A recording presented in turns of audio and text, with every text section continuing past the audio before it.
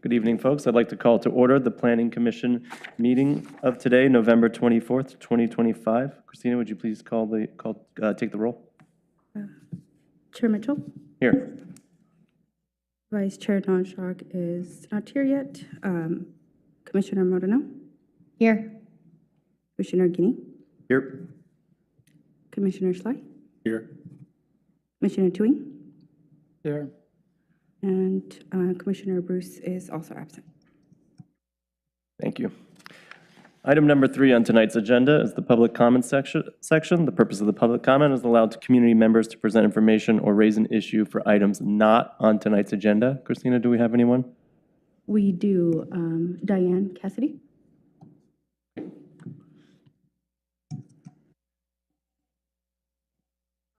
Hi. Good evening. I have some handouts for the commission. Who do I give it to?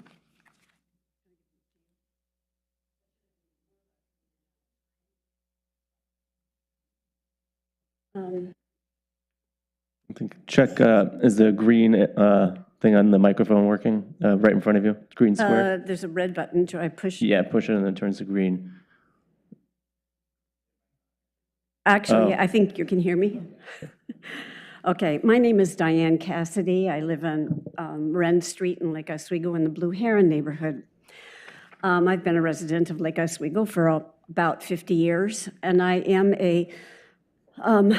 I have for the last 25 years been an owner of commercial property, both office and apartment complexes, mostly in the Clackamas County, but some in Washington County also. Currently, I am the owner of, I've sold most and own an office complex in the Tiger Triangle. I'm here today because about this body's position as the Commission for Citizen Involvement. I didn't hear about the Cruz Way proposed zone change until November 5th, when I just happened to pick up a newspaper telling about the public hearing that had already occurred. I would have liked to have been informed of that. I would have liked to have known and testified about that. But unfortunately, Blue Heron isn't on the list of neighboring neighboring communities. I am on the board of directors for the neighborhood association, but again, we were not close enough to be included. This, a zone change with the magnitude of impact that this could have on Lake Oswego should not be considered as a mere as a mere comprehensive map amendment. It has been downsized and minimized to such a degree that citizen involvement has been basically penciled out. It's been minimized to the point where, where just the magnitude of the potential that this could bring doesn't reflect what the comprehensive plan that we all worked so hard for over several years back in 2013. Our efforts are just meaningless, and the plan itself can be just torn up and thrown away if this sort of thing is allowed to happen. This kind of application should be treated as a whole that includes the entire city, because the implications are so broad. It will change the entire nature of the city. With an R0 zone, this one property can accommodate up to, given the applicant's own estimates, from 600 to, and if you change the size of the units, maybe 800 units of housing. But we don't know what their plans are, because this has been separated from a development plan altogether. This is just the map amendment. And so the details and the real full impacts of how it's going to affect Lake Grove, how it's going to affect the citizens, how it's going to affect the entire city, just haven't been examined. The city planning staff has basically given this a rubber stamp as far as compliance. And even the applicant themselves have not told the truth about why they want to do it. They say that the property is not performing well. When I went over there last week and talked to some of the occupants, they said that the landlord has been not renewing leases for quite some time. The place is virtually empty. You cannot empty out a place like that without it taking a couple of years, because that's the way leases are staggered. There has to be some plan in place for them to not be collecting any money, and they must have some kind of confidence that their plan for redevelopment, or at least for a zone change, which will raise the value of the land, will be accepted. That's very troubling to me. It means that they know something that the citizens don't, that the citizens haven't been involved in the planning from the start, as is required by the state. Ms. Cassidy, if I could cut you off for 1 second, right. apologies. I'm supposed to limit it to 3 minutes, but All right. I wanted to say one thing. We have a continuation of that particular hearing on the land use application. Oh, I did not know And that. I believe the date is December 8th. Now, what I don't know is if we can, it's still within the time frame to sign up to testify at that hearing. That is closed for testimony. The record for that hearing was closed. I think the last final written argument for the applicant was due last Monday, and so that record is technically closed. Yeah, and if the record is closed, I mean, anyone is allowed to provide public comments at any public council meeting or planning commission meeting, but we have to advise you all not to, unfortunately, take into consideration any public comments that you receive after the record's been closed. Okay. You have to advise them that what? They can't take into Unfortunately, account because anything I'm saying here? Because it's been taken after the record's All right, been well closed. then, Well, let's Ms. skip to Cassidy, page 2. Ms. I am Cassidy, you can testify at the council meeting because this This is the matter December will go 8th meeting you're talking about? Or So no? the or this is- planning commission will make a recommendation to the city council, and unfortunately, that record is closed, but you Okay. are still able, when the hearing goes to the city council, which I believe is scheduled for February 3rd, you will be able to testify at that Well, hearing. then let me skip to page 2, where I am making a formal complaint to the Commission for Citizen Involvement about the woefully inadequate citizen involvement that has accompanied the zone change request and its reduction to a mere map amendment that further degrades the level of public involvement. This zone quest should be denied outright or at least postponed until the formal evaluation of all zoning in the city has been done. So this is my time to complain about citizen involvement that should have occurred at a much grander scale, and the fact that this was minimized to a mere map amendment when it didn't have to be. And when think of 3 to 4 windward apartment complexes being placed on that one property and how that might impact the area. And the rumors are that there's more being planned, but I can't speak to that. It's just that the citizens are in the dark about what's being planned for their own city, and their comprehensive plan is being ripped to shreds. Thank you, Ms. Cassidy. And you're responsible for making sure citizens are involved from the start. Thank you so much for coming down tonight. Thank you.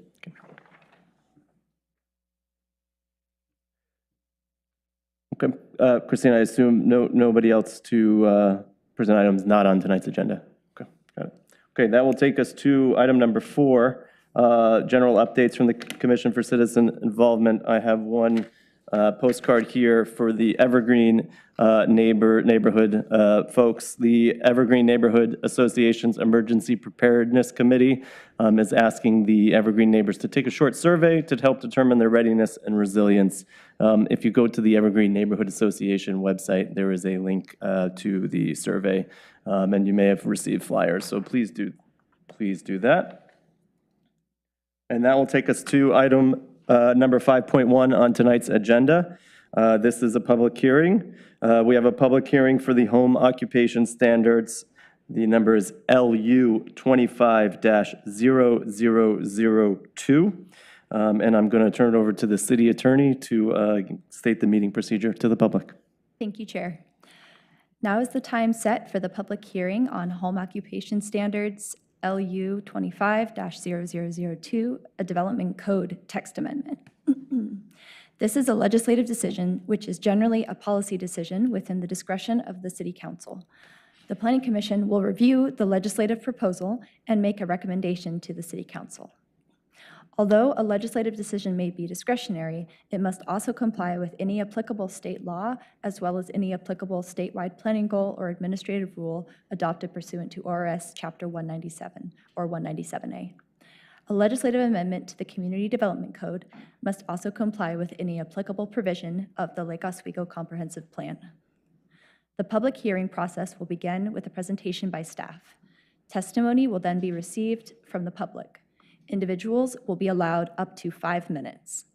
Recognized neighborhood associations, homeowner associations, government agencies, or other incorporated public interest organizations will be allowed up to 10 minutes. The time limits, will not include time taken by questions from the commission or responses to such questions. Testimony by attorneys, representatives, and witnesses on behalf of or which are part of the presentation by a person shall be counted within that person's time limit. Any person in attendance may cede his or her time for testimony to another person, but in no case shall any person's testimony be increased to greater than 10 minutes. At this point, does any commissioner wish to declare a potential or actual conflict of interest? No. Okay, seeing none, and because this is a legislative hearing, we do not have to declare any ex parte contacts or bias. So the chair will now take the hearing proceedings from here. Thank you.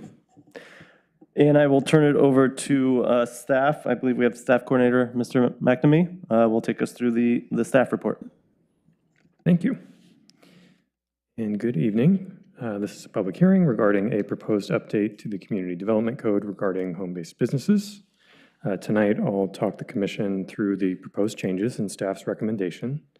The city also received written testimony in regard to a proposed limit on the number of customers or clients permitted to visit urban agriculture businesses, so I'll discuss that on the relevant slide. So to start, let's talk about the process so far.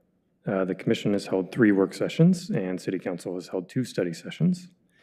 At the commission's first work session in January, we discussed possible concepts for replacing an existing zoning requirement for home-based businesses, otherwise called home occupations, that is neither clear or objective with measurable, clear standards.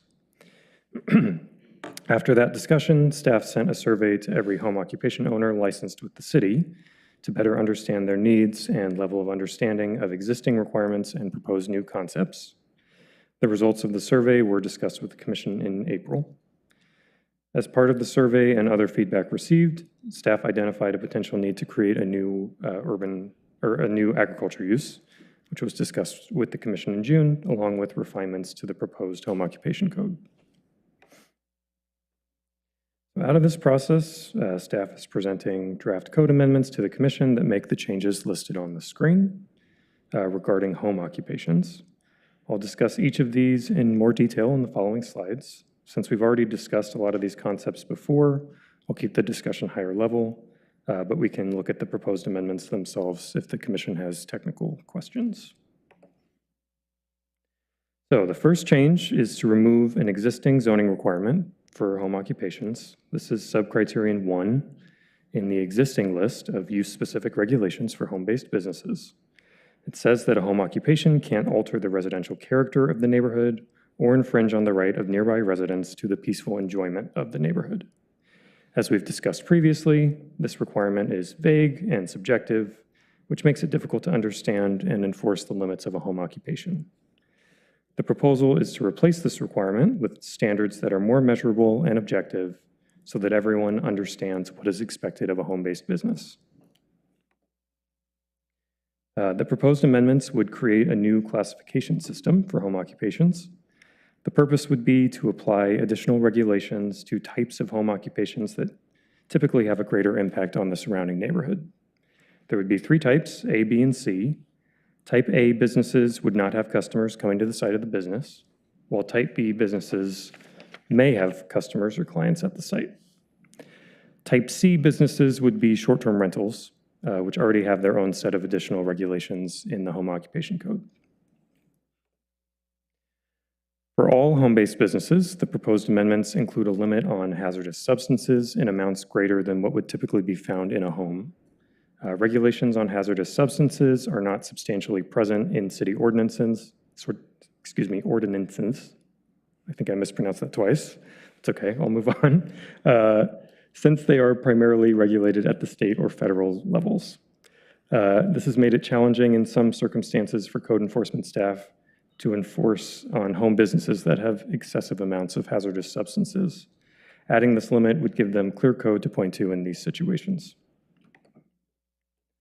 Over the course of this process, we've discussed a few ways of potentially regulating noise or other nuisances, which can be a problem with certain home occupations. Oh, I am one slide ahead, I'm sorry. So ultimately, based on feedback from the Commission and code enforcement staff, the proposal is to include new code that would reference existing city ordinances that cover nuisance restrictions. The existing rules should be sufficient to cover potential nuisances created by home-based businesses, and they already apply today. Adding the reference will simply make it clear where the nuisance regulations are to anyone looking for rules specific to home occupations, and serve as a reminder that the rules apply to those businesses. The proposed code would also include a limitation on commercial vehicles parked off the subject property. A home-based business would only be allowed to have 1 vehicle with commercial markings parked off the property within 300 feet of the business at one time. As you might remember from previous discussions, the code is written specifically so that it applies only to vehicles that have clear markings that associate it with the home-based business. That's based on feedback from code enforcement that it would be challenging to enforce on unmarked vehicles. The proposed code would not include any restrictions on the number of marked commercial vehicles allowed on the site of the business, which is based on feedback from City Council. For types of businesses that involve visits from clients or customers, or Type B businesses, the proposed code includes a limitation on the number of clients or customers allowed at one time. Based on feedback from the survey and the Commission, the limit has been set at 8 people at a time. Previously, we've talked about why it's better for code enforcement to regulate the clients and their associated impacts this way. It's much easier for code enforcement to count the number of people present at one time than to keep track of people coming and going over the course of a day, for example.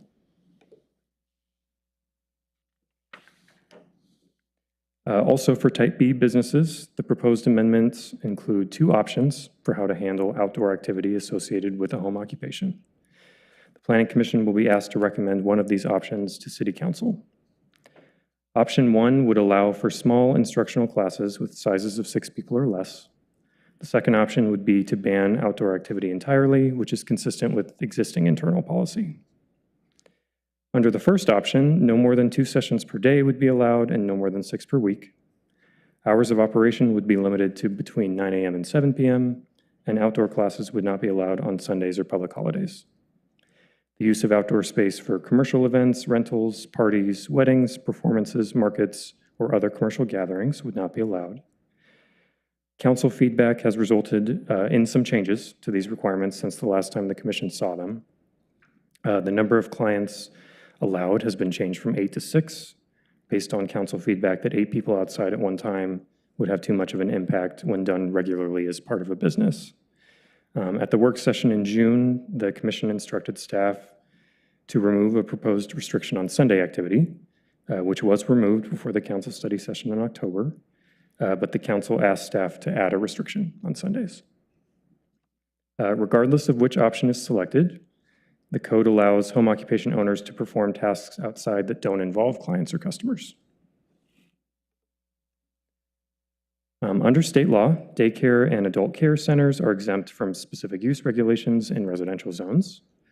The proposed amendments would add language to make it clear where to find relevant state law or administrative rules and serve as a reminder that those uses are exempt from the specific use rules for home occupations. Separate from the changes to the specific use regulations for home occupations, the proposed amendments would create a new land use called urban agriculture, which would be permitted in the R10 and R15 residential zones. This is proposed as a result of feedback from the survey that identified this as a unique use with needs and impacts that were different from a typical home occupation. The use would allow for crop production and sales, as well as tastings or serving of food. It would only be allowed on properties over an acre in size, and the agriculture use itself would be limited to 20,000 square feet in size or 35% of the area of the lot, whichever was smaller. There would be a limit on the number of clients or customers permitted at one time, currently proposed to be 10. Hours of operation for tastings and servings could be anytime between 7 a.m. and 8 p.m., and they could happen on a maximum of 45 days per calendar year or slightly less than once per week. The use of motorized equipment would only be permitted between 7 a.m. and 8 p.m. as well. Based on council feedback, amendments that would have allowed farm stands to operate in residential zones were removed. The council felt that the impact of farm stands would have been too great on residential neighborhoods, especially since seasonal stands like Christmas tree sales are allowed as part of the farm stand use. As I mentioned at the beginning of the presentation, we have received written testimony about the number of clients permitted at one time for the proposed urban agriculture use. The owner of a business that would be newly classified as urban agriculture wrote to tell us that because of the way their business operates, their opinion is that they need the limit to be raised to up to 30 people at one time. To provide context to this discussion, staff originally proposed a limit of 30 clients or customers at a time, directly based on feedback from the survey. At the City Council study session in October, they raised concerns that 30 customers at a time could have too large of an impact on residential areas. So after staff received that feedback, we reached out to this business owner to understand if the limit could be lowered without impacting their existing business operations. And after that conversation, staff was of the understanding that a limit of 10 customers would accommodate the needs of their business while being responsive to the council's concerns. However, the testimony provided by the business owner today suggests that this limit may pose an issue for this specific business. The commission can make the choice to adjust this limit if you feel it's appropriate before sending the amendments to council. That being said, staff's recommendation is to send a recommendation of approval to the City Council for these proposed amendments to the Lake Oswego Community Development Code. Assuming the commission comes to a recommendation tonight, this item would come back at your next meeting on December 8th for findings, after which it is tentatively scheduled for a public hearing with the City Council on January 20th, 2026. That concludes my presentation. I'm happy to take any questions. Thank you, Michael. Really appreciate that. Commissioners, we can ask questions of Mr. McNamee about the report and the findings. I do have a question or two, but I'll defer to my colleagues at first. I've got a question. Thanks, great presentation. Is there any path forward that would allow a business, let's say we go down come to a decision that limits clients to a certain number of clients. Is there any path forward for waivers to the city for specific events, days, times, activities, things like that, that would expand that cap at a limited duration? There's nothing in the code as it's written. Certain events might not be considered business activity depending on what they are. Yeah, as it's written right now, we don't have a provision that would allow for that. I thought I saw somewhere that there is an exception for once a year that they can do that. No, We allow special events permits. So someone can do a special event of certain types. They're very specific in our code. And so if they were to have those certain types of activity on the site, then they could, but not for regular business activity. There's no waiver for that type of an activity. That's part of the regular business. You couldn't get a waiver for like 3 months in a row or something?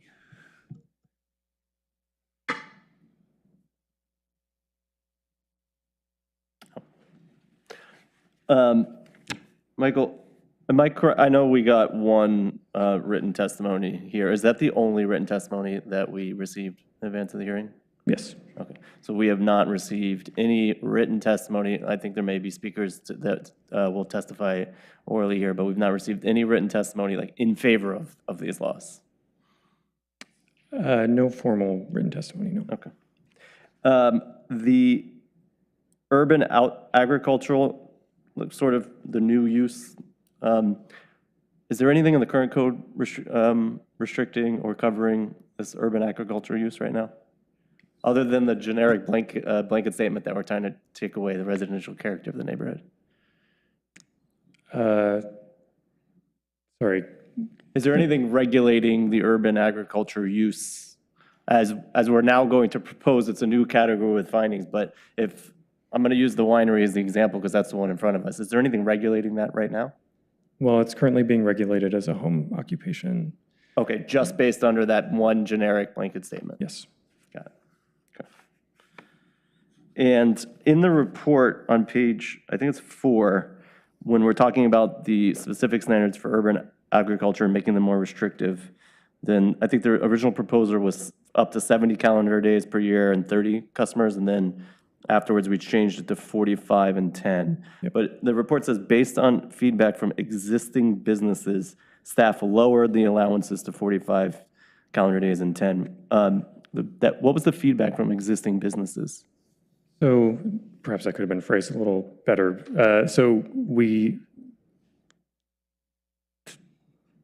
lowered it based on feedback from council, but we contacted existing, it really is one existing business, to get an understanding of whether that would impact their operations. Yeah, that makes sense. Yeah, I was trying to see if, was there a consensus among existing businesses that were in favor of this and wanted it lower, and got it. That's what I was trying to get at. Okay.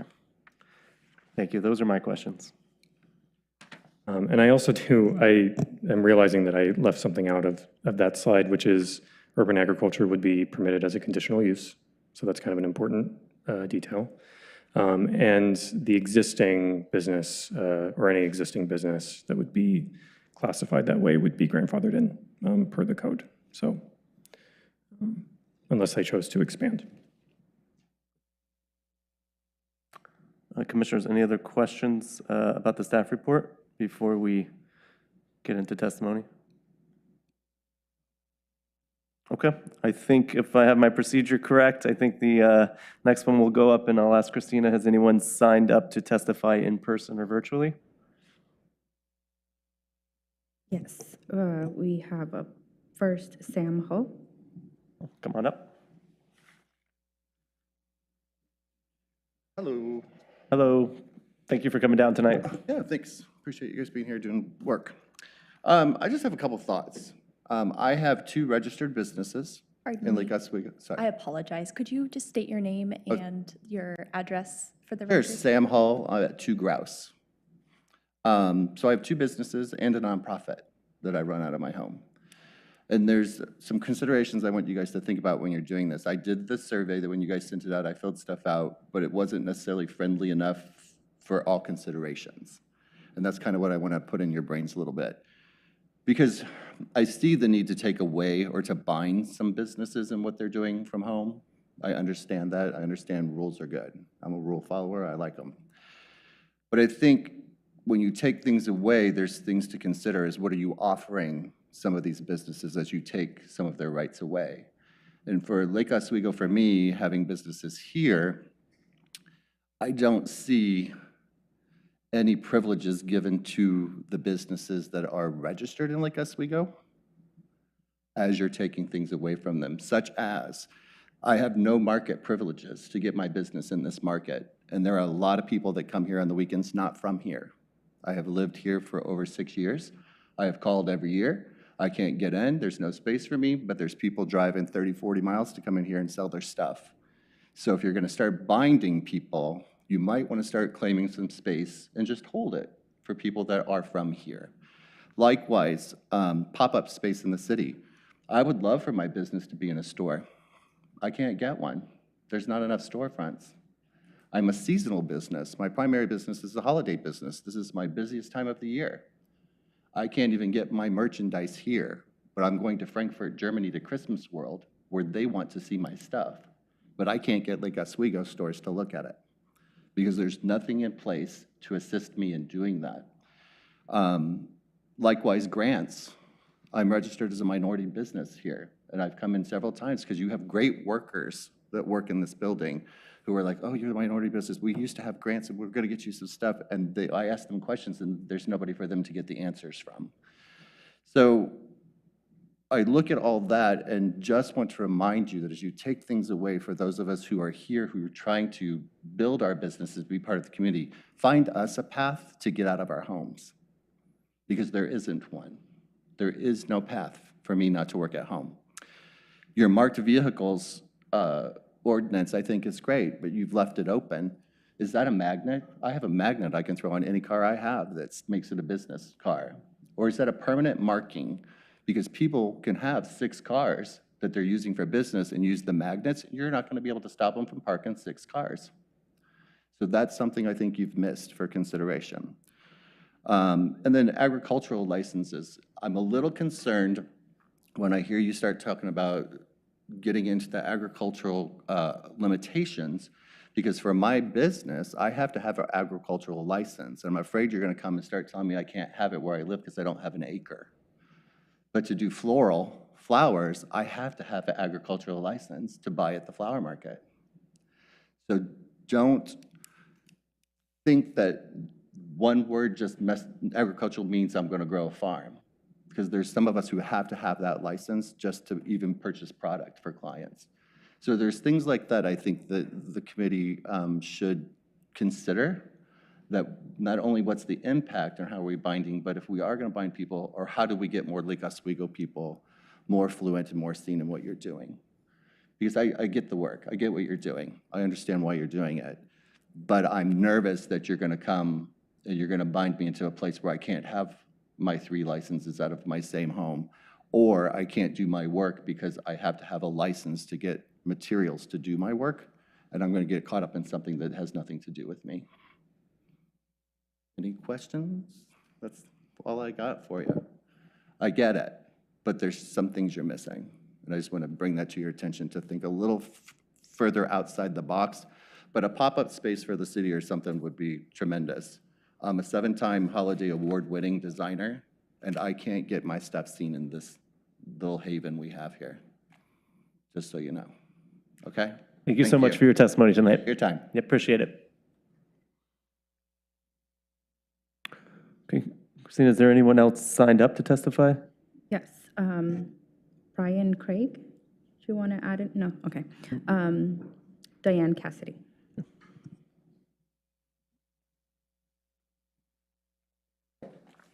Hi, Ms. Cassidy. While I'm here, I know I think I know the winery you are talking about, and having a conversation with the owner last week. I'm concerned that his operation is in jeopardy just because even though there's never been a complaint about the operations on his property, and I'm concerned that bureaucrats sitting in a building and trying to make up some rules don't have the first idea what it takes for every single business to be profitable, to operate, and to know what, I mean, they're all unique. I mean, he's got some unique needs, and I know the winery has some unique needs, and limiting the number of customers at one time or the frequency that people can come to your place, you might as well just, toss his whole endeavor for the last how many decades out the window. That's wrong, and especially since nobody's ever complained. There's been plenty of parking, it doesn't bother anybody, there's no noise. I want to live in a neighborhood that is residential. And if somebody puts out a stand and wants to sell their excess tomatoes, I'm fine with that. I don't know if I'd be so fine with chickens or livestock or a marijuana grow in my neighbor's backyard. So I don't know how any of that sort of stuff is limited, but I just don't know. I understand the idea of having rules that are objective and fair to everyone and very clear. But this is an area that's it's so unique. It's unique to the individual that you really only can talk about what goes on outside the environment and say, okay, as long as they're not disturbing your neighbor, and maybe you can have some kind of a code that would allow some things as long as the neighbor signed off on it. Maybe you have a bad neighbor, but so many within so many feet of your residence, that could say, yeah, we like it, we approve, but grandfather in some of the ones that are existing, and certainly have a place where people like this gentleman can come and explain what their business is all about and how the city can help, not restrict, because the city is so good at restricting things that it's hard. It's hard just, the big thumb of government just needs to let up a while. That's it. And I don't want any chickens next to me. Thank you, Ms. Cassidy. Appreciate your time. Okay. Christine, is that it for testimony? Okay. Okay. I believe that will bring us to closing the public hearing after testimony has been concluded. So the public hearing is now closed, and the Planning Commission will begin its deliberation. There is no public comment permitted during the deliberation process. Commissioners, we can take a vote, we can talk about it, we can ask questions. At some point, we'll need a motion. Who wants to start?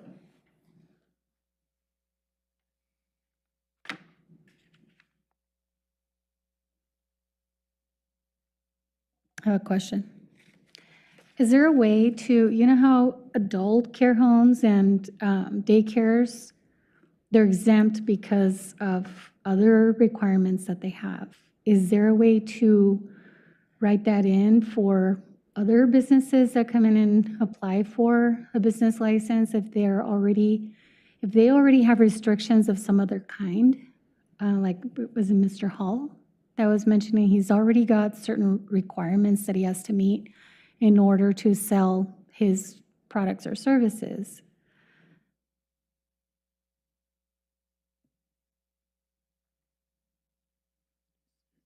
I'm not quite sure if I understand the question, but just to get at that specific comment about the classification of urban agriculture, we have a specific definition of what urban agriculture means in the code, and it doesn't sound like from the description of his business that would qualify as urban agriculture. So I don't anticipate that we are going to find that because he is required to have an agricultural license because of selling flowers and that type of thing, that would then make him be defined as an urban agricultural use. That isn't included in the definition.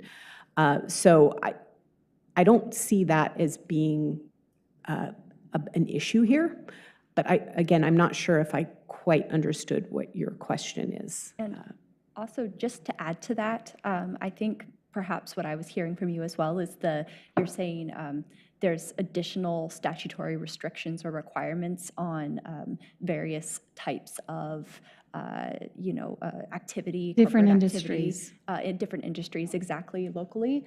And so, so for example, you were giving the example of certain types of uses are, we can't restrict and they're outright permitted.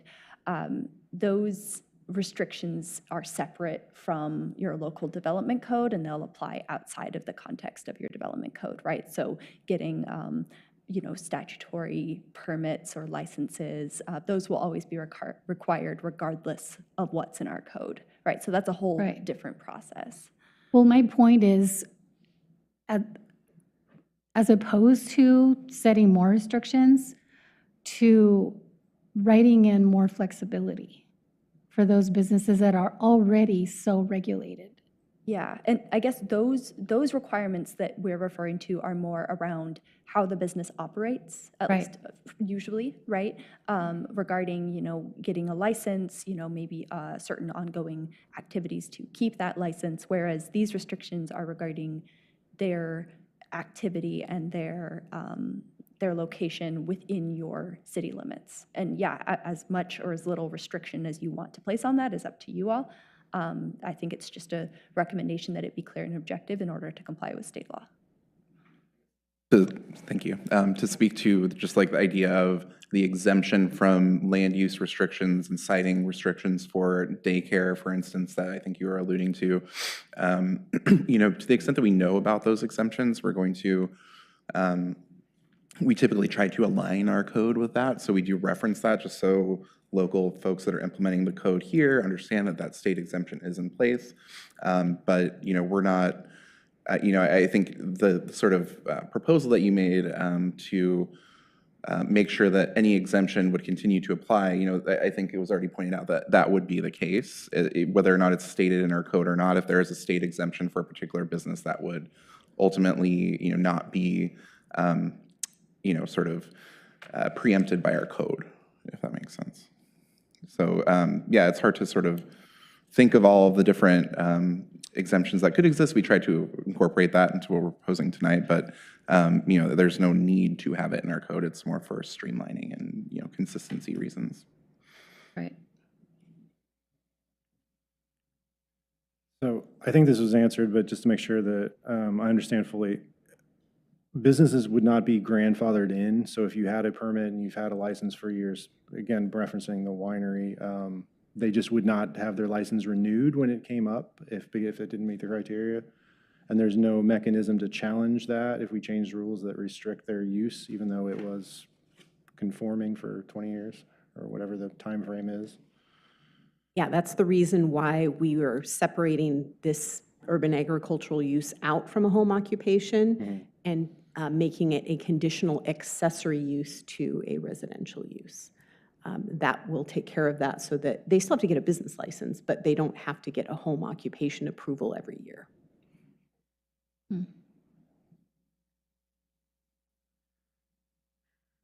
I think if my memory serves me correct, we've had, I think, three work sessions on this one. I know we've talked about this one, and I feel, and commissioners disagree with me, like we've sort of not, there hasn't been alignment on this one, in my opinion, across the board. And then I think every time we come back after a city council meeting on it, we may even have less alignment based on the direction that city council has been pursuing. So, I'll go out and say it. I'm not in favor of this, and I haven't been from the beginning. I understand the ambiguity around the current code. I understand the concerns from code enforcement on wanting to not have this nebulous concept of residential character. But throughout our work sessions and throughout our hearing, and I just felt like we're just doing way too much for a concern that's not coming from the neighborhood and the citizens of Lake Oswego. And I really haven't felt that's there. And not to diminish code enforcement who, it's obviously a day job to go in there and make sure we're doing that correctly. But I feel like we've sort of pulled numbers out of a hat almost. And it's just too much. I mean, if it were a little more narrowly tailored, maybe, in terms of let's create the 3 categories, or let's make an express reference to the nuisance laws that are already in the city's code. Like, I could be on board with something like that, but this creating a new boundary, having the winery tell us they want 30 when we only had 10, I just feel like we're creating too much, and we're creating restrictions that are going to apply to folks that we never intended it to apply for. So I get city council has said otherwise, and obviously city council are elected officials, and they will make the decision. But I think coming from me, I'm going to not vote on recommending this as it's written, certainly as it's written. I love that. Will you make a motion? Well, Sorry. let's make sure. Because Let's I agree make sure with everyone has thoughts. I want to make sure everyone gets it out there. Yeah. Yeah, I would second that along the same thing. I think we're creating a bunch of restrictions and not understanding the unintended consequences of the restrictions. And I don't want to tell some small business owner that they can't run the business that they've already been running, that they haven't had complaints about because we arbitrarily made up some numbers or some rules. So again, I agree, we need some more uniformity in the code, but I don't want to overly restrict economic activities and based on criteria and that we don't fully understand how the implications and impacts on some of these small businesses. So I think there should be some rules, but I don't agree with what is written. Jim, you have a?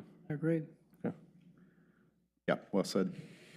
And I think staff has done a great job. This is not an indictment on staff, has not hit the points and come back, and we've talked about it. I understand staff has to also go in the direction that city council has directed, and I think that's what you all have done. You know, I don't think I've ever had where I felt the commission was going the opposite direction of the way city council feels. So I feel like we might be here. I appreciate your work on this, but I'm also going to vote against it, against the restrictions. I think the only thing I'd say is if we do feel maybe there should be some restrictions, do we want to try to think of that? But we've had 3 work sessions and we really haven't, you know, starting from scratch is probably not the way to go. So unless there's any other comments or questions, then somebody can make a motion.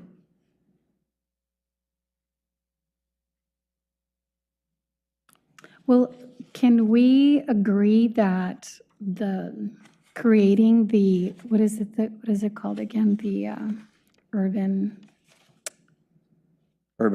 Agriculture. yes, the urban agriculture, I guess, permit? The type? It's a new use, correct? It's a new use. Oh, sorry. That is a use that's only necessary because of our other proposed amendments. Right, Yeah. right. So there's no need, if we're not going to introduce new restrictions, there's no need to create a new use Okay. category there. Okay, thanks for the clarification. I also just want to clarify, just so you're aware, that currently our policy is we allow no outdoor use. So that's what will continue if we don't change our standard. So I just want you to be aware of that. We do not allow any outdoor use for business activity right now. But it sounds like council's opposed to outdoor use anyway. Yeah, that was one of the options, and they wanted to see both of the options move forward. So I don't know which one they would have gone with, but I just wanted you to be aware of that. Can I ask? Technically, we don't allow it, but it's not strictly enforced. I mean, it might not be a fair question to ask at the public hearing, but There were 2 choices. Can you go back to that slide with the recommendations? It's a complaint-based enforcement system based on complaint-based the enforcement subjective right now. criteria that we Yes. have, yeah. and I think that's sort of, again, recognizing it's hard to enforce a complaint when the rules are written ambiguously, but I mean, I do think, and I think some of the points were made, when we're not having heavy complaints from neighbors, you know, why are we restricting the use? So we only have these 2 options? Well, that's just on the type B restriction. There's an extra restriction for type B businesses for outdoor use, and those are the 2 options. So it's one component as part of the Yeah, entire. we tried to make it easy in case you had differing, ideas about this, so we presented options, but it can be modified in whichever way you can explain. As long as it's not so substantive that we'd have to renote it. And referencing the nuisance code, I assume in there's like noise hours similar to this 9 to 7 kind of criteria than currently? No, they were different They on were the other different.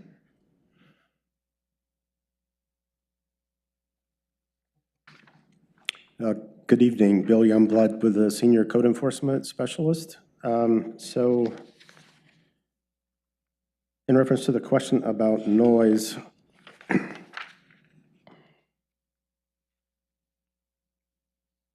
So there's actually two sections. One is very broad. It says any loud or disturbing unnecessary noise is illegal noise. And we don't use decibel levels to determine illegal noise. And so then there's another section that talks about specific noise prohibitions, which goes through and does a laundry list of examples of illegal noise. But there are no time requirements in the code. There are typically after 10 p.m. and prior to 7 a.m. is a time that the police department has used, and so code enforcement has also used that as times to where if you're going to be generating a noise, you need to have a good reason why it needs to occur during that time period, and it can occur after 7 and before 10. Is that helpful? Good.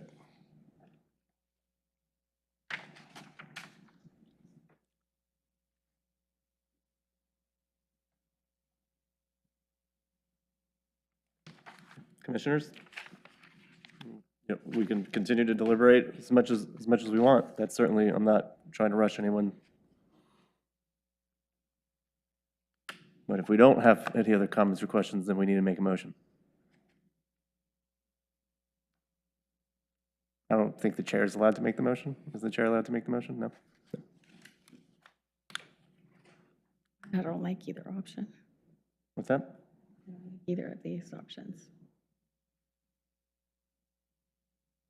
Well, again, here are our choices. We move to recommend to City Council the proposed recommendations from staff as they're currently written, all of the whole As thing. presented, As presented.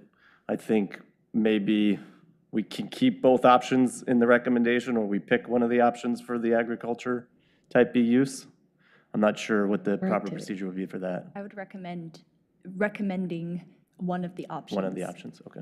So we propose recommending the staff recommendations as written and choose which option under that specific agriculture use scenario. We recommend to go to City Council with some changes. I think we're allowed to do that. Some tweaks or changes, or 3, we reject it, Recommend Not- council deny. to not approve it. Yeah. So those are options. to recommend that the council not approve the staff report as presented. Not approve this land use decision, this text amendment.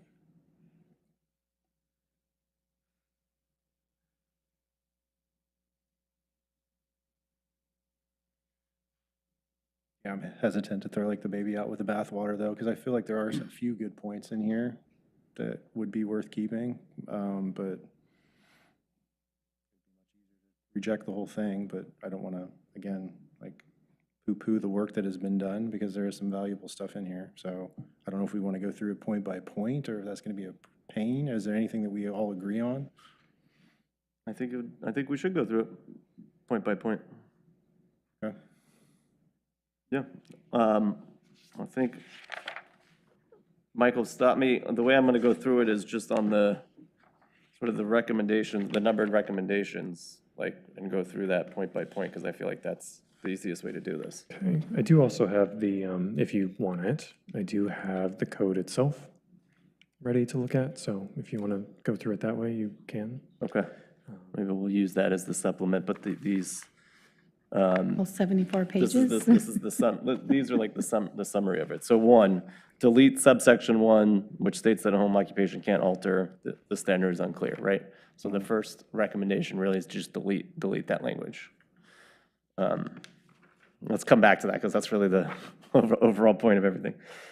2, recommendation is to classify home occupations into 3 types, A, B, and C, and allow the city to tailor regulations to those type of home occupations that have a larger potential impact on neighbor properties. So type A businesses would now be ones that don't bring customers to the home. Type B businesses would be ones that involve customers to the site, and which will have a few additional points here later. And then type C is short-term rentals, which currently subject to home occupation regulations with their own set of standards. So point 2 would be creating these three types. And I'm good with that. Yeah, I'm in favor of that as well. Brian, Jim? I don't think anyone, Classifications. nobody really has a problem with creating the three standards, the three types. I think when you get into the regulation of B is really where we're going to have the disagreement. All right, number 3, add a requirement that hazardous substances beyond consumer quantities, are not allowed. While hazardous substances are regulated at the state level, adding a regulation to the city's home occupation standards would make it possible to prohibit a home occupation from storing and using an amount of hazardous substance that is greater than the typical household limit. I agree to that. Is there any definition for what a hazardous substance is here? I mean, can we have some, if there is one, could you just? I think it's listed in the code, right? Yeah, specifically. Yes, there is a definition. I don't know it off the top of my head, and it's not part of the presentation, but there is a definition in our code that defines what a hazardous. It's pretty standard throughout most cities. Are we, when we say great, it's the proposed statute would say greater than household quantities? Like, it would say something along those lines. I know we have. Let's go to the. Yeah, so any substance listed or described as hazardous in ORS Chapter 453 is not permitted at the property where the business occurs except that consumer quantities are allowed. Consumer quantities of hazardous substances are packaged and distributed in a form intended or suitable for sale through retail sales outlets for consumption by individuals for purposes of personal care and household use.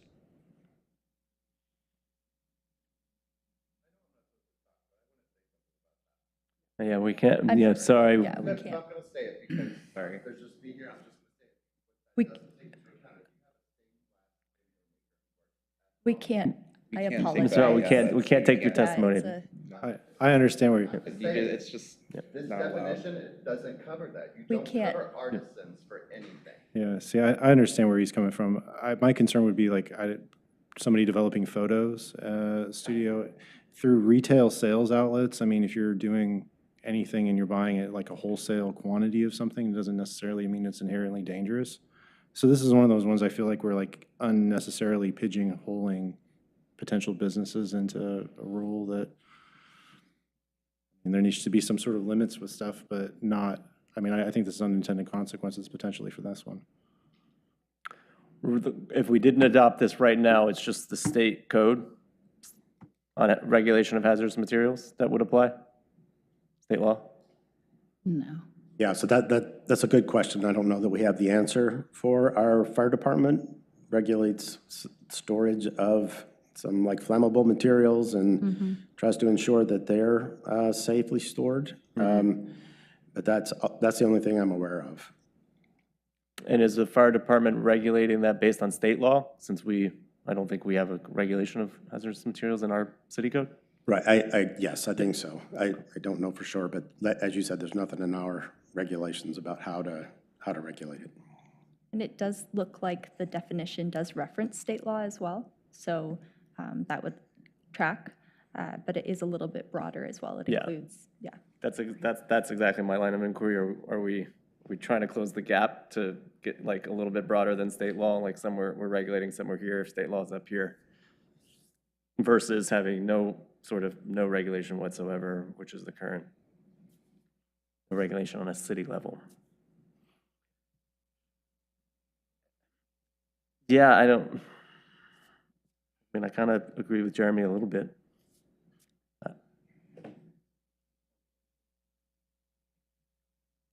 Answer's simple, no more than 3 months supply. Mr. Hall, please. Thanks. I'm gonna leave because I'll tell you what, this is the problem with the survey. You didn't come to the businesses and say, come in here, we know you're doing this kind of work. Tell us what you need. And that's what. Just have to follow procedure, I'm sorry. Yep. Thank you. I'm not talking to you, I get it, I told you I'm a rule follower, but this is the problem. This right here is the problem.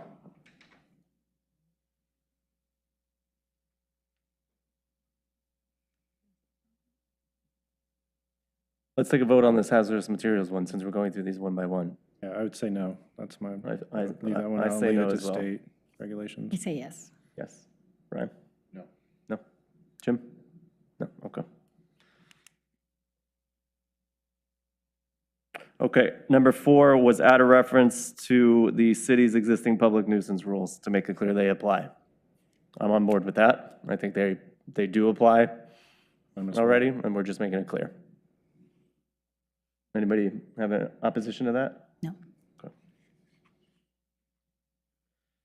Okay, the one vehicle at a time, requirement that only one vehicle but with visible company or commercial markings is allowed to be parked within 300 feet of the property where the home occupation is located. As you know, we recently eliminated all off-street parking requirements as an effort to comply with the CFEC program. So the city is limited in its ability to regulate. I think, if I recall, when we discussed this one at a few work sessions, and I think that's the way it's written, a individual or a business with home occupation is allowed to park as many commercial vehicles as they want on their property. There's no regulation against that. This is limiting parking off the street to one. And I think some of the examples we may have talked about was like a shift, like the beginning of the shift, like 10 trucks come in and park, and then they dole out their assignments, and then they go. I think that might have been one of the exhibits. So.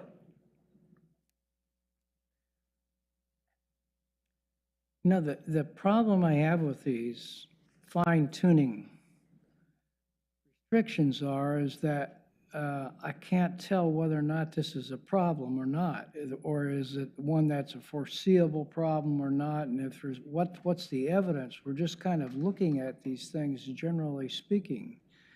And when we get to the point where we're trying to adjust people and their things without any kind of description of what is really at stake here, I can't make anything out of any of these fine-tuned restrictions. Mm-hmm. That's my problem. Yeah. Yeah, I'd say, I mean, I think it's hard to fine tune because you can never estimate all of the unintended consequences of any action you take, right? And on the flip side, you know, code enforcement has given testimony that it is very difficult to enforce code when it's written so ambiguously. But I'm obviously, I lean in your camp, and that's why from my opinion, that's why I prompted my questions in the very beginning, which was nobody came in favor of doing this. There was no testimony from the public saying, yeah, we got, you know, businesses running wild in residential properties. They're parking 50 commercial vehicles on the street, and it's a problem, right? It was hard to understand really the justification for getting so detailed in the way we're regulating it without having all of this. I would have liked to have people who have complained about the neighbor running a gym class outside with 10, I would have liked that neighbor to come to this hearing and be like, I support this, let me give you the testimony as to why having exercise classes outside at 8 a.m. has been a problem for me, right? And so absent of that, it's really hard for me to be particular whether we should have one commercial vehicle or 3. I don't want to get into that. It's hard, in my personal opinion. I'm going to get off my soapbox because I've been talking. No, I just want to continue to remind folks that the existing system is a lot more like all-encompassing than what we're proposing. So it's a subjective criteria that's complaint-based enforcement. What we're proposing is potentially more flexible, particularly with outdoor activity, for instance. So we're not going into add a bunch of restrictions that don't exist. We're just kind of explaining them and enumerating them here. So I want to make it clear, we're not here to like clamping down and tighten down the restrictions. We're here to just make them more clear and understandable. So I think that's probably why you didn't get that testimony, because it's not really, the intent of the project is not to clamp down and sort of enforce neighborhood character more strictly. It sounds like that's how it's coming across to the business community, though. At least the general. Yeah, I think there's some understanding that, about the current regulations, that when you actually spell them out and write them down on paper, people start, having a lot more thoughts and opinions on what should or should not be allowed. Right. Of course, they're not aware of all the things that happen, and the folks that do receive, sort of complaints or, potentially, issue fines or something like that for enforcement, they don't see that necessarily and how difficult it can be, particularly in like a court case, to actually make an argument about what has happened, whether or not that is within our standards or not within our standards, and how that should sort of play out. So this is really about the functionality of that clear and or that sort of non-clear and objective standard, being able to actually enforce it with more than just kind of our extremely kind and helpful code enforcement officer and his expertise and precedent experience. So I think we're trying to, sort of start to write this down on paper as opposed to just kind of deferring to folks for sort of a subjective interpretation that then has to go to court or has to be justified further and further and further. And that's where we've run into issues. So Eric, currently, you can't park commercial vehicles on the street? No, that's not what I said, but I think that there could be, but I don't know, I guess code enforcement officer Youngblood, has there been any violations related to cars parked in the street related to a home occupation? No violations because it's not. There's no Okay, code well. to violate. But I mean, it's I captured missed within that neighborhood character, sort of. But I would like to say also that, the first step in looking at this was, the code enforcement staff sat down with these guys and said, here are issues that people complain about repeatedly as part of a home occupation. So they're not, they just didn't get pulled out of thin air. They're tied to complaints that we receive. Now, it's not a whole lot of complaints, it's a handful of complaints. But when these do go sideways, it's a tremendous disruption to the neighborhood, and there is not a good method currently to do enforcement on them. So in the absence of code, you have a complaint. What's the process? They take it to you, and then what do you do with it? Well, we look for evidence because we have to find a code that they're not complying with, correct? So the code that we have for home occupations, because it's typically noise complaints, okay, but it's not a complaint. The noise complaint that they have is during the day, so it's not something that typically qualifies as a nuisance noise complaint. It has to do with the business that's occurring at the house and typically outside. It typically oftentimes involves lots that are flag lots, so there may be 3 or 4 backyards that back up to this one business's backyard. I understand that it's very difficult to write something that applies to all of these different conditions that we have across the city. And it's, code enforcement staff certainly support what's before you today, but mostly for the reason that it's something that we can, find evidence that yes, they comply with this, or no, they don't comply.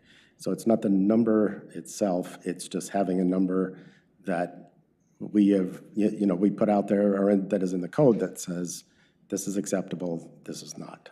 It doesn't sound just like an arbitrary decision on your part. It's an actual code that you can go back to. Well, trying to present evidence to a judge that the, neighborhood, I forget the words, but it's not a compatible, the use is not compatible with the neighborhood. Right. You need us to start with something, okay, so what is compatible, okay? We don't have a definition for those. So one of the things we encourage folks to do is to get this resolved, certainly if it goes to court, is to come in and testify, right? So the judge needs to hear it from different folks, not just from myself or my coworker. Thank you. Thank you, Mr. Youngblood. Eric, it seems to me when you say this is just like clarifying restrictions that are already in place, like I don't see it that way personally. And I use the commercial parking example.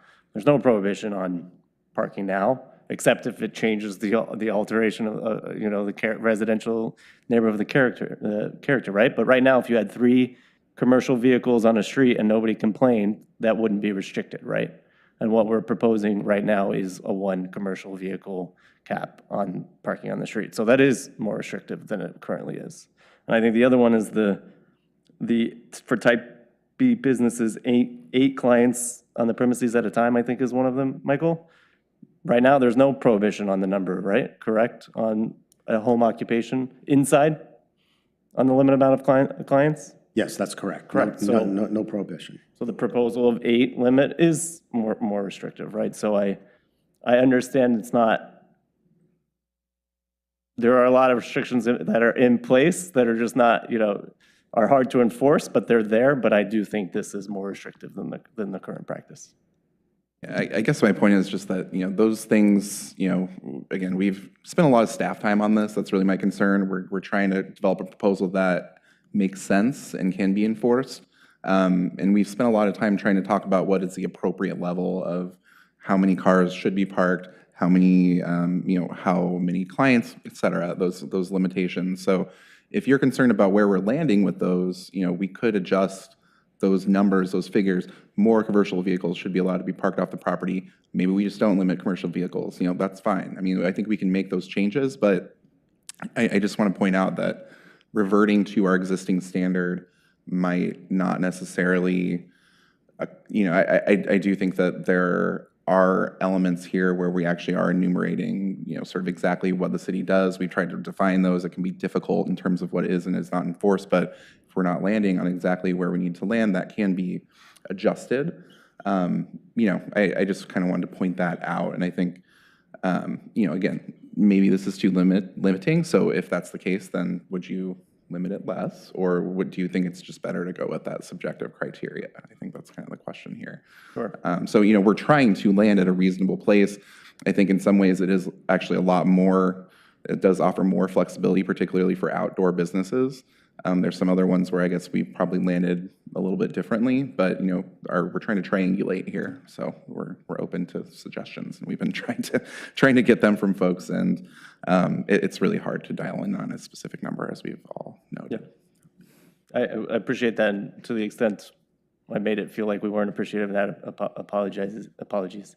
I mean, I think, and again, I think we've had our work sessions where we've sort of been like, we don't really know what the reasonable number should be.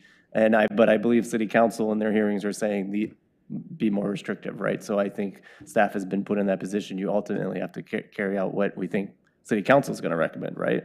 So I guess my question for you, is it better, is city council going to, if we say our recommendation is the city council not to recommend as written, but city council says, this is great, thank you, staff, this is exactly what we wanted, we're going to disregard the planning commission, and we're going to vote it, should that happen? Maybe that's what should happen, instead of us going back on trying to find a middle ground on limitations that we all feel uneasy about. Well, I mean, the council, I mean, the reason why we have the planning commission, right, is that you all are doing this great work and making recommendations to the council that, and you kind of dive more deeply into it before it comes to the council in general. So I think that if you are going to make a different recommendation to the council, you can do that. I mean, you're allowed to do that as a body, and you can specify why you believe that this is the right recommendation, and the council will consider that. And ultimately, it is their decision, and they may or may not agree with you all, but it's your recommendation. We're simply telling you what the council, what the feedback is that we received from them, and they did land more restrictive than this commission did previously. Yeah, I think, obviously an outright rejection, or just recommending disapproval, you might not have as much of a voice to say, well, if you do, we really think that this standard is important and you should adjust the standard, et cetera. You could have a little bit more of a voice on the changes that you think are appropriate if you did make a recommendation of some type to approve, but it's, of course, up to you. But that's just kind of, in the way that this is an advisory body, if that is the recommendation, there might be a little bit more, there could be eventual agreement if you took that approach, potentially. Or at least it would land a little bit closer to the middle, I guess, is more what I'm trying to say. I think for me, if you're living in a society that's run amok, then you can step in and supervise people to make clear what you won't endure. But I don't have that feeling about this city, to the point where I feel as though we ought to supervise this down to, a fine-tooth comb. I just don't see it.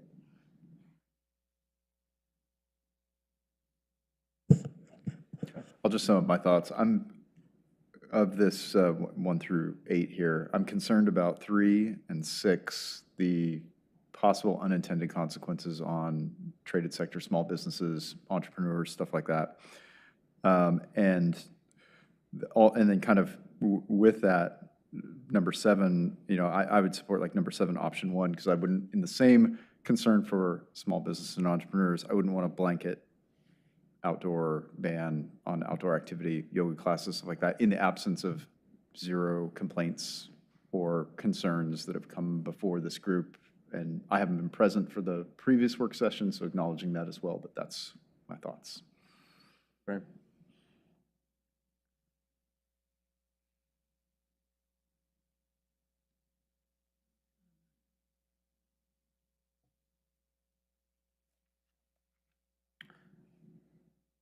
I guess I would just add, I'm not sure council's alignment is in alignment on this either, so, your recommendation might sway some folks.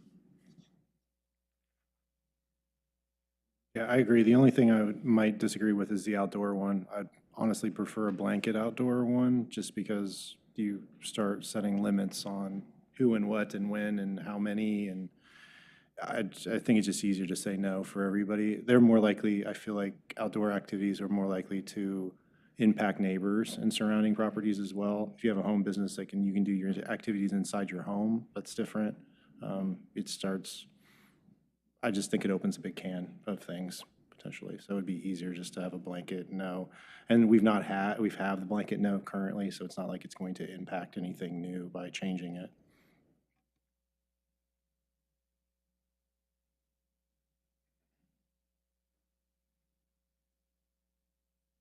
Yeah, it was the opposite. I was like, a 10-person yoga class on a Sunday is like, what are we regulating that for? I keep going back to the nuisance and the nuisance code, which is outside our purview, but can this be what we're trying to achieve, which is loud, noisy, harmful, impacting neighboring properties, can that be achieved by altering the nuisance code, which is not our purview? And that's a whole different can of worms that I'm not suggesting we open up, but that's where I keep going back to. I'd still stick with the outdoor no. You're going to have those traffic from the people. You're going to have those cars from that. If I'm in my backyard, I don't want to listen to Namaste, and I don't care if it's a yoga class or if it's a Pilates class or whatever. I feel outdoors, it's just too much can go on, but that's just my thought. Yeah. Thanks, Jeremy. Do we want to keep going through individually? I mean, I think, well, that was sort of 7, right? We're almost done, although it sounds like it may be a waste of time for us to be doing this anyway, so. I think the question really for Michael, is it better for us to try to reach, to your point, if we're regulating but we don't feel comfortable with where we're landing, to try to adjust and have a recommendation to city council? And to your point, that gives us a seat, our voice is heard, maybe a little bit more as opposed to just a blanket we don't recommend? Or is it just better now for us to say that we're so misaligned on everything, let's recommend to not approve and let the city council decide? That we feel it's too restrictive on businesses. I mean, that's a totally reasonable recommendation to make. I wouldn't say otherwise. If somebody felt strongly about the 10-person maximum or whatever, you wouldn't necessarily be able to weigh in on those specifics if you just recommended disapproval. But again, that might not be, the hill you want to die on, or that's a terrible metaphor. But anyway, it's a strategy decision on your part. Or we could try to develop something that is more like what you are looking for and bring that back to you and delay this even further. So yeah, it's up to you. You know, again, we're trying to triangulate between council, planning commission, sort of code enforcement needs to land on a you know, happy medium here. So if more work is needed, then that's something we can consider as well. I like that recommendation, that we work on this a little, massage it a little more. It seems like that might be difficult to accomplish this evening. Yeah, Yeah. we can just continue it. Yeah, I know it's more work for you, sorry. yeah, exactly. I feel bad I guess about probably what we creating do more is work. like withdraw this application and then resubmit an application in the future or something. Or we could just continue the hearing. Yeah, but we would have to renotice if we were to change it substantively, I guess, and we'd want to know kind of where you want to go. So yes, we could obviously continue the hearing, but you would have to decide, you know, without the benefit of like a work session or something like that in between. So you'd have to make up your mind at the date of that continued hearing. So. But, you know, there's no timeline for this, I guess is my point. Like, there's no due date, there's no state mandate. So we're doing this based on council direction, and we haven't been, it's not like a council goal necessarily. It's something that we are, you know, fulfilling based on what we've been told to do from them, but there's no huge priority to get this done right away. Well, I mean, that may be a good thing. In this way, this would give more businesses the opportunity to come in and, you know, speak their piece. And maybe we can take our direction from there and include those in our recommendations. It's just getting people here. I was excited to finally see people here. And I think You must have missed the last hearing. yeah, the last I wasn't here. The surveys were, again, I'm not a home business in Lake Oswego, so I'd say this with like a grain of salt or a huge grain of salt.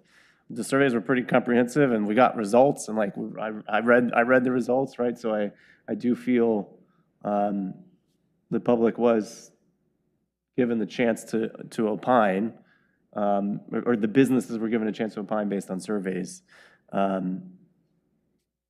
Again, yes, I wish more people had come here and been like, yes, I've been complaining about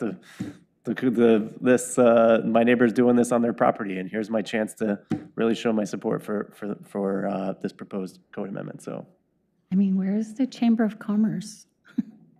They should be here. Well, again, the idea is not to clamp down and make it harder to do home occupation. So I think, you know, if it is about where we're landing and you think that where we're landing doesn't reflect actual use patterns, and maybe we need to go back and talk to home-based occupation owners to get a better understanding of their needs and make sure that we're not going to restrict them. I don't know what that looks like, but, you know, it wouldn't happen immediately. I'll just put it that way if we are going to revisit this.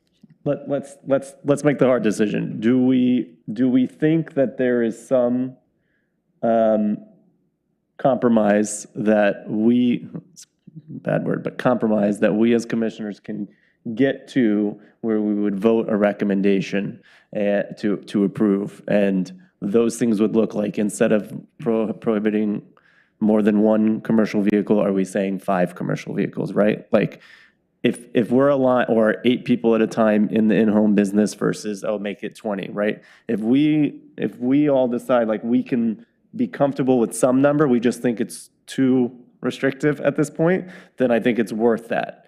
If we are, and maybe Jim, I don't want to speak for you, but if we are like philosophically like, I don't want to impose restrictions right now, again, there might already be there, but I don't want to do any of this, then that's a different conversation. And then it's not worth, in my opinion, like coming back.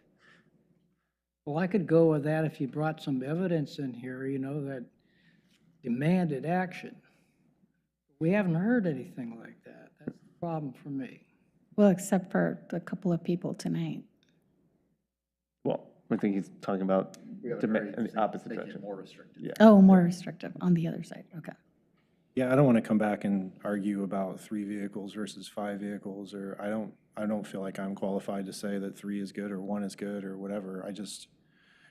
I mean, if we had to make a simple notion, it would be that we would, I don't know, approve limited approval of some of these things and then not approve some of the restrictive ones, but I don't know if that's an option.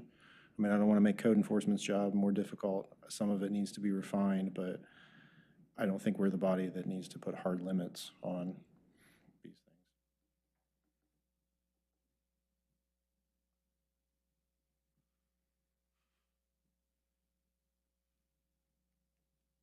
So I could propose a motion to advance this, but striking 3, 5, and 6.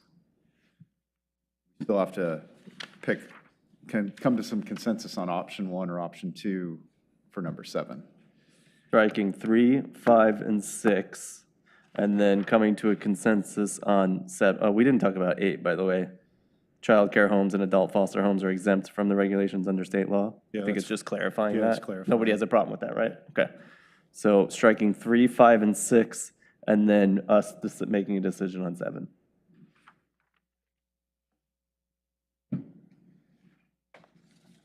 So 7, I'm opposed to outdoor, you're pro, what is the rest of the council? Pro outdoor. You're pro outdoor, okay. That would make me 7-1. 7A, 7A. and then 8, of course. Structurally. I second. Oh, didn't you just make a motion? Oh, but I didn't. I think we're just Oh. talking about the Oh, motion. Yeah, sorry. Yeah. So it's striking 3, 5, and 6, and then you want to decide 7, Right. 1? 7, option 1, one. 7. 7A1. And you're for 7A2? But you also would be on board with something striking 3, 5, and 6? Absolutely, yep. Three. Actually, I'm okay with 3. Well, you're just complicating it.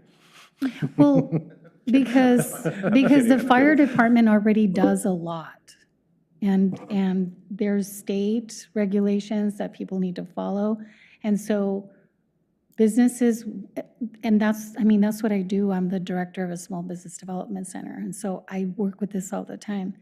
People that start a business from their home, they understand what they can and cannot do. And in order for them to get a business license, there are certain requirements they have to meet. So they already know. That's why I propose to strike 3, for exactly what you're saying. Well, and so like this gentleman was saying today, it's like you're not taking into consideration all of these other exceptions. So, But that would be because, in favor of striking 3, no? Because 3, we have, striking 3 means it's state law, and that, like, it's clear, it's state law, that's what we're Right, doing. you're right. And we're not adding a okay, little bit more. you're right. We're all saying the same thing. Yes. And which one were you for option 7? Option 7A. 1? 7A? 1. Jim? Jim, what are you thinking? With striking 3, what was it again? 3, 5, and 6, and then on 7, Jim, with outdoor, there's an option 1, which is there is some, we allow it, but we regulate people, the amount of people and the times, or B, an outright ban on outdoor activity tied to a home occupation.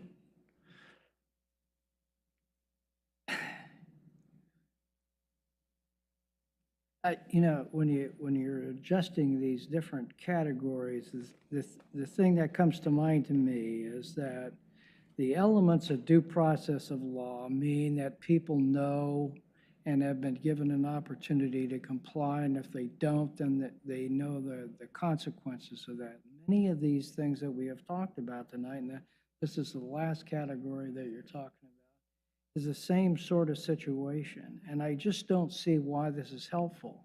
I don't see how this in any way, shape, or form is going to notify and give the average person an understanding of what's going on here. Because we haven't heard any evidence of, gross areas of misconduct in these various categories that we're looking at here.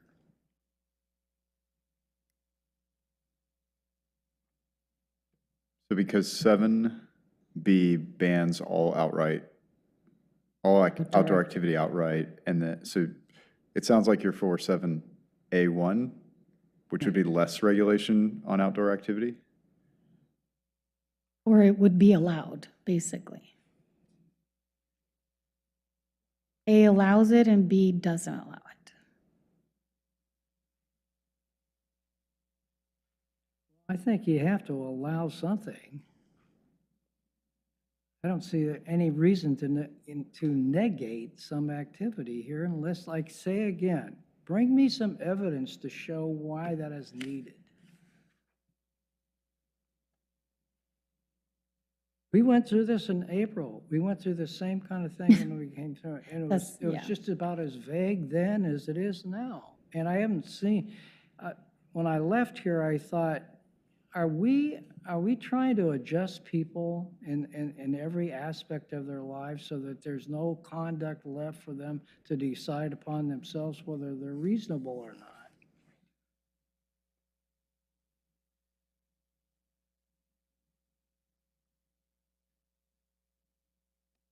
In option one, it says six, the staff report says limited to 6 clients. Was that changed to 10? Can you run us through that, Michael? Like, what is the?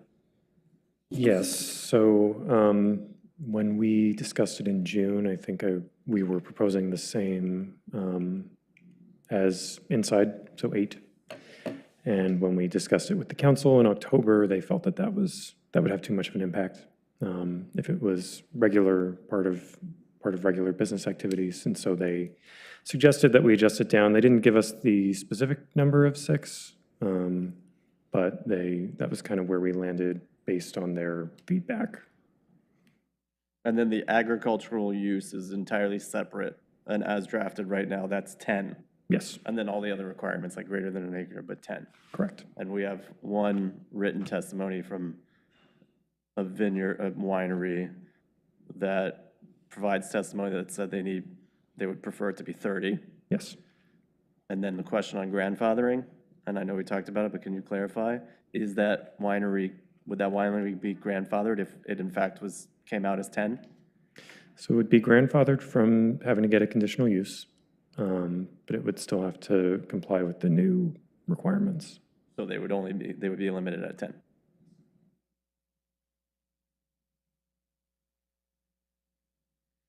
We haven't talked about the agricultural use one either, to be honest. I mean, we have, not in our listing right here, so. So we have delete. 5 and 7. These two are on the same page. Jeremy's on the same page except for 7. He's on option 2. Jim, I think you're coming down as like no recommendation. I don't want to speak for you. Well, I would say option 1 as opposed to option 2. If you had to pick, you would pick option 1. Make a proposal and I'll get on board. What's that? I said, make a proposal and I'll get on board. That's not the outdoor activities, not the hill I want to die on either. I mean, Well, I think you can, my only comment would be it's like the same thing with anything else. The 6 seems arbitrary. I don't know where they came up with that number, but, or there's 2 sessions a day and 6 per week. I mean, all of it seems arbitrary. Right? That's why no seems easier, but since it's currently no, but if someone, will vote for yay to eliminate the other options. The number comes from the complaints, There's no outdoor activity currently allowed. but from the complaints that code enforcement has received from But then outdoor activity that has no code to cover it. But that should be easy. There's no outdoor activity allowed. So Right. that should be easy to enforce. Right, which is why we're having these conversations, because there was nothing in place, and now they want something in place. So But I'm not you understanding want, what you're saying. If you there's want outdoor- code because there really is nothing to fall back on if there is a complaint. clarify that outdoor activity in connection with a home occupation business is technically prohibited right now. Is that correct? Yes, because of the city manager. So if you look at our code, otherwise, it does allow outdoor activity, but there was no limit on what you could do. And we had, folks that were renting out their swimming pools through an app and having, 30, 40 kids come over at a time, multiple times a week.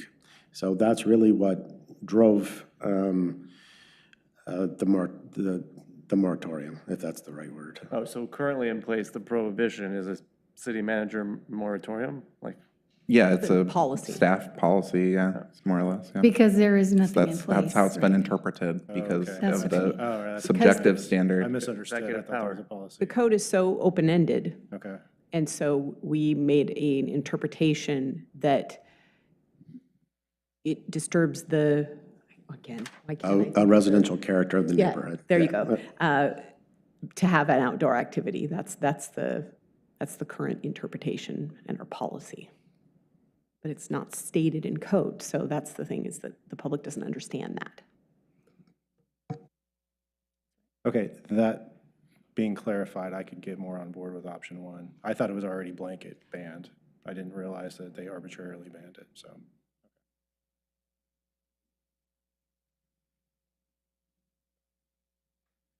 Do we want to touch what we're calling option 10 right now, the urban agriculture sure, limits on? yeah. I'm uncomfortable with this 30, 10, back to 30 for this particular business that doesn't have any complaints against it. What's the solution? Is the solution to move it to 30? Is the solution to move it to 50? Is the solution to Not have a limit. not have a limit? I have a recommendation, if you don't mind, Chair. Yeah, please. So one of the things that you could, this is a conditional use. So someone has to get a conditional use permit in order to have this as an accessory use. And you could say that the maximum number of clients are established as part of the conditional use permit. And that way, the applicant can provide evidence. I can accommodate Space, 20, parking. I could accommodate 40, I could accommodate whatever that is, based on, you know, again, it can be open-ended what those parameters are. I have X number of parking spaces, I can do a shuttle, whatever it is that they can do. And then that way, you can be more flexible without coming up with a number, but you're going through this discretionary process that allows people to submit testimony, they can submit their evidence, and then ultimately, the permit, they can decide based on the evidence in the record what is appropriate for that site and that particular use. I like that.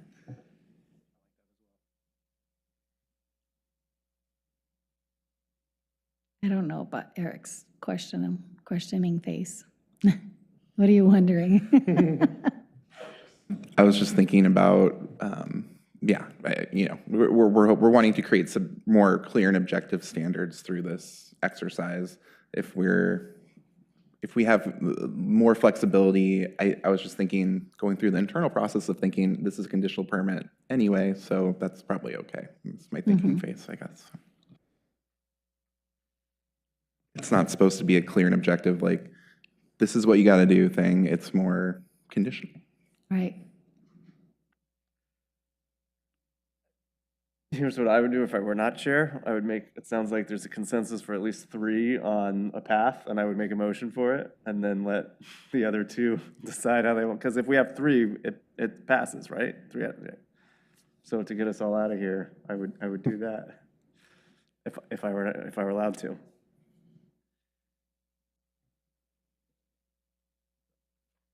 Okay, Mr. Chair, I'll make a motion to propose this as written, but striking 3, 5, 6, and recommending 7A, option 1. And then The limit urban. on agricultural use, To conditional use permits. decide in the conditional use permit. That, I know, we said that inartfully, but everyone got what we meant, right? I second that. Okay, let's take a vote. Christina?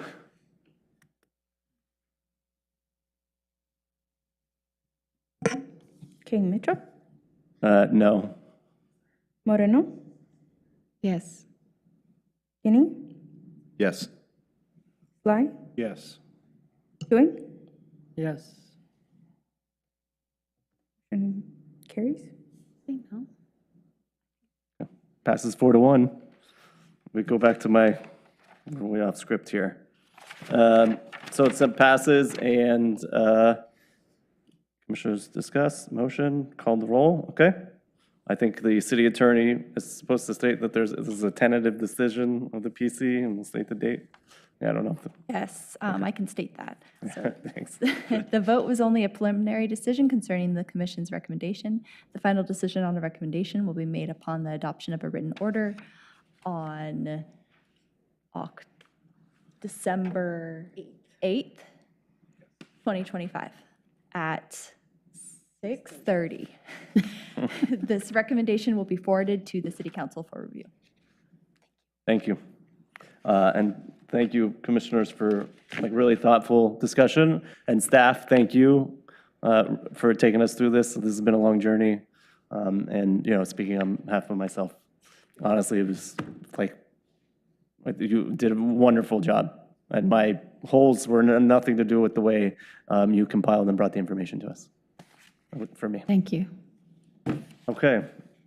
Well, I'm sure everyone wants to go home. Item number 6, other business. Do we have any other business? Item number 7, schedule review. All right, so coming up at our next meeting, as we just mentioned, we will have the consideration of findings to move forward your recommendation to the city council based on tonight's hearing. So for the home occupation standards, we'll have the findings. We'll have a work session from Ms. Numanolu here on our proposed regulations, our proposed amendments to our tree regulations, so really about our tree regulation work. And we'll also have the continued hearing for 4000 Cruiseway Place, which you've been receiving some correspondence here and there with some additional testimony from the public, as well as the applicant's final argument, et cetera. So you'll also be receiving a staff report on that, but that officially the hearing was continued until the 8th of December on that. So you've been receiving some correspondence on that, so hopefully that's not a surprise. So yeah, that's all we have for December. We don't meet twice in December, so our next meetings would be in January. Ideally at that point, we'd be in a position to adopt findings for 4000 Cruiseway Place, as well as you'll be receiving a presentation from myself and our consultant team for the Foothills plan update work, and we'll be talking specifically about opportunities and constraints in the area, and just talking about kind of existing conditions and all of the interesting details about the work that we're doing over there and what's there really currently right now and what we can capitalize upon and what some constraints are that exist. So we'll get into a little bit more discussion of that on the 12th of January, our first meeting there. And then on the 26th, all we have scheduled for that right now is a work plan review. So just talking about our proposed work plan as a planning commission for 2026 to help fulfill city council goals. And that brings us through January. Great. Thank you, Eric. And I'll plug, I would recommend to the commissioners, let's read the findings for this hearing ahead of time so that when we get here on the 8th, they're going to be here on the 8th, I think, everyone's comfortable with the changes because there was a lot, it was kind of dense, the conversation, so there should be some changes. So let's try to, because there's a lot on the agenda for the 8th, so let's try to come prepared to say thank you. Okay, I think that's it. Adjourned.